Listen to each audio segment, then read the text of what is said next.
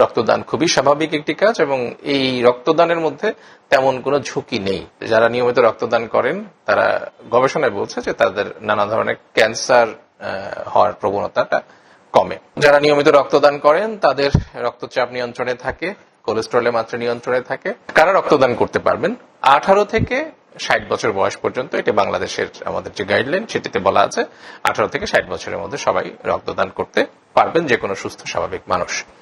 যাদের ওজন 50 কেজির উপরে তারা রক্ত দিতে পারবেন, তবে ক্ষেত্র বিশেষে আমরা 45 কেজি ওজন পর্যন্ত আমরা ধরে নিতে পারি, তবে সেটি বিশেষ পরিস্থিতিতে। যারা অ্যাসপিরিন এবং এনএসআইডি বা ব্যথানাশক ওষুধ খাচ্ছেন তারা রক্ত দিতে পারবেন না, তবে অ্যাসপিরিন এবং এনএসআইডি বন্ধ করার 3 দিন পরে আপনি রক্ত দিতে পারবেন। ডেঙ্গু রোগীরা ডেঙ্গু ভালো হয়ে যাওয়ার 6 মাস পর্যন্ত রক্ত দিতে পারবেন না।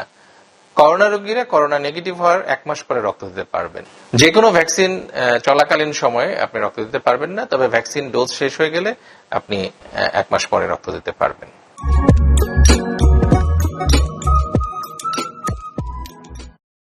রক্তদান নিঃসন্দেহে একটি মহৎ কাজ। রক্তদান নিয়ে আমাদের নানান ধরনের ভীতি আছে এবং নানান ধরনের প্রশ্ন আছে। প্রথম কথা হচ্ছে যে এটি মোটেও ভীতিকর কোনো কাজ নয়। রক্তদান খুবই স্বাভাবিক একটি কাজ এবং এই রক্তদানের মধ্যে তেমন কোনো ঝুঁকি নেই, বরং নানান ধরনের উপকার আছে। উপকার হচ্ছে যারা নিয়মিত রক্তদান করেন তারা গবেষণায় বলছে যে তাদের নানা ধরনের ক্যান্সার হওয়ার প্রবণতাটা কমে বা নানান ধরনের ক্যান্সার থেকে তারা ভালো থাকেন। এছাড়াও যারা নিয়মিত রক্তদান করেন তাদের রক্তচাপ নিয়ন্ত্রণে থাকে, কোলেস্টেরলের মাত্রা নিয়ন্ত্রণে থাকে এবং যাদের রক্তে আয়রন জমে যাওয়ার একটা প্রবণতা আছে, কিছু কিছু অসুখে আয়রন জমে যাওয়ার একটা প্রবণতা তৈরি হয়, কিছু কিছু মানুষের জেনেটিক কারণে করা হয়, তারা নিয়মিত রক্তদান করলে কিন্তু ভালো থাকে। রক্তদান নিয়মিত করলে আমাদের শরীরে যে রক্ত উৎপাদনের যে প্রক্রিয়া, সেই প্রক্রিয়াটি সুস্থ এবং স্বাভাবিক থাকে। তাই রক্তদান একটি খুবই শরীরের জন্য ভালো, আর সমাজের জন্য তো অবশ্যই ভালো। একজন মানুষকে রক্তদান করা মানে হচ্ছে জীবনদান করা। এছাড়াও প্রতিবার রক্তদানের পরে আপনি বিভিন্ন ধরনের পরীক্ষা করা হয়, যেমন hepatitis B, C, syphilis, HIV, malaria ইত্যাদি পরীক্ষাগুলো করা হয়। তাই প্রতিবার রক্তদানের পাশাপাশি আপনার এই স্ক্রিনিং গুলো হয়ে গেল, কিন্তু তাহলে সেটি অবশ্যই আপনার জন্য ভালো। কারা রক্তদান করতে পারবেন?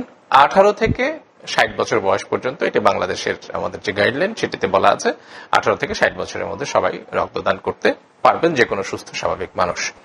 যাদের ওজন 50 কেজির উপরে তারা রক্ত দিতে পারবেন, তবে ক্ষেত্র বিশেষে আমরা 45 কেজি ওজন পর্যন্ত আমরা ধরে নিতে পারি, তবে সেটি বিশেষ পরিস্থিতিতে যদি চিকিৎসক অনুমতি দেন তাহলে।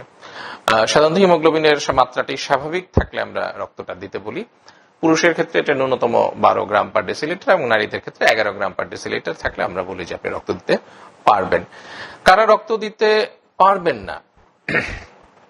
যাদের এই যে স্বাভাবিক মাত্রার চেয়ে রক্তর মাত্রাটা, হিমোগ্লোবিনের মাত্রাটি কম আছে, 12 পুরুষদের ক্ষেত্রে 12 এর নিচে বা মেয়েদের ক্ষেত্রে 11 গ্রাম পার ডেসিলিটারের নিচে, তারা রক্ত দিতে পারবেন না।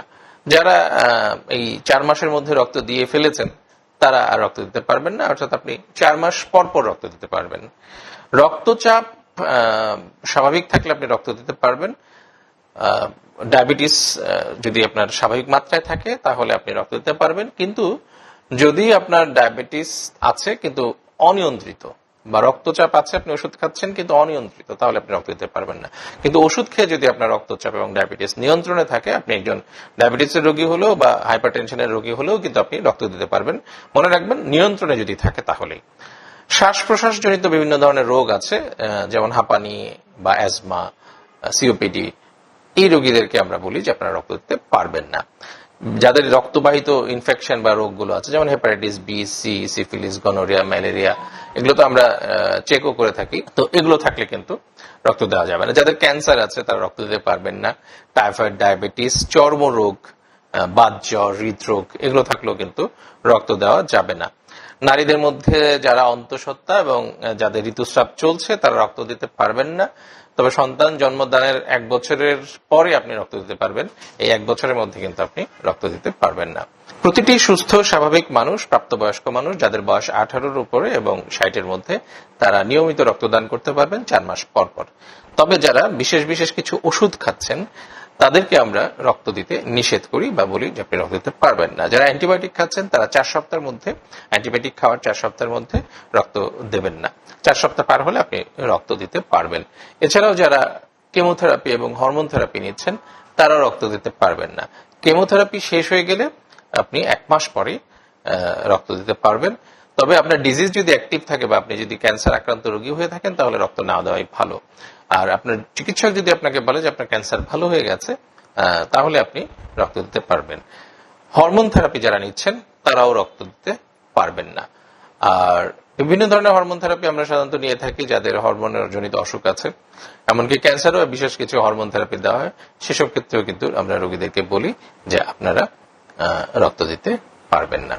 যারা অ্যাসপিরিন এবং এনএসআইডি বা ব্যথানাশক ওষুধ খাচ্ছেন তারা রক্ত দিতে পারবেন না। তবে অ্যাসপিরিন এবং এনএসআইডি বন্ধ করার 3 দিন পরে আপনি রক্ত দিতে পারবেন। যারা ক্রনিক ডিজিজে আক্রান্ত আছেন বিভিন্ন ধরনের, যেমন বাত, তারপরে হচ্ছে লিভারের অসুখ, কিডনির অসুখ এবং রোগটি নিয়ন্ত্রণে নেই, তারা রক্ত দিতে পারবেন না। ডেঙ্গু রোগীরা ডেঙ্গু ভালো হয়ে যাওয়ার 6 মাস পর্যন্ত রক্ত দিতে পারবেন না। করোনা রোগীরা করোনা নেগেটিভ হওয়ার 1 মাস পরে রক্ত দিতে পারবেন। যে কোনো ভ্যাকসিন চলাকালীন সময়ে আপনি রক্ত দিতে পারবেন না, তবে ভ্যাকসিন ডোজ শেষ হয়ে গেলে আপনি 1 মাস পরে রক্ত দিতে পারবেন। এই সমস্যাগুলো না থাকলে যারা সুস্থ স্বাভাবিক আছেন আমরা আশা করব যে তারা সবাই 4 মাস পর পর রক্ত দিতে পারবেন বা রক্ত দেবেন। রক্তদান একটি খুবই ভালো কাজ, মহৎ কাজ। রক্তদান জীবনদান। একজন মানুষকে রক্ত দেওয়া মানে হচ্ছে আপনি তার জীবন বাঁচালেন। এর চেয়ে ভালো কথা তো কিছু হতে পারে না। আর যারা ধর্মে বিশ্বাস করেন তাদের জন্য বলি যে এটি তো একটি ধর্মীয় দায়িত্ব বটে, কারণ মানুষের জীবন দানের চেয়ে বড় কাজ তো আর কিছু হতে পারে না, তাই না? সবাই ভালো থাকুন, সুস্থ থাকুন, এই প্রত্যাশা করছি।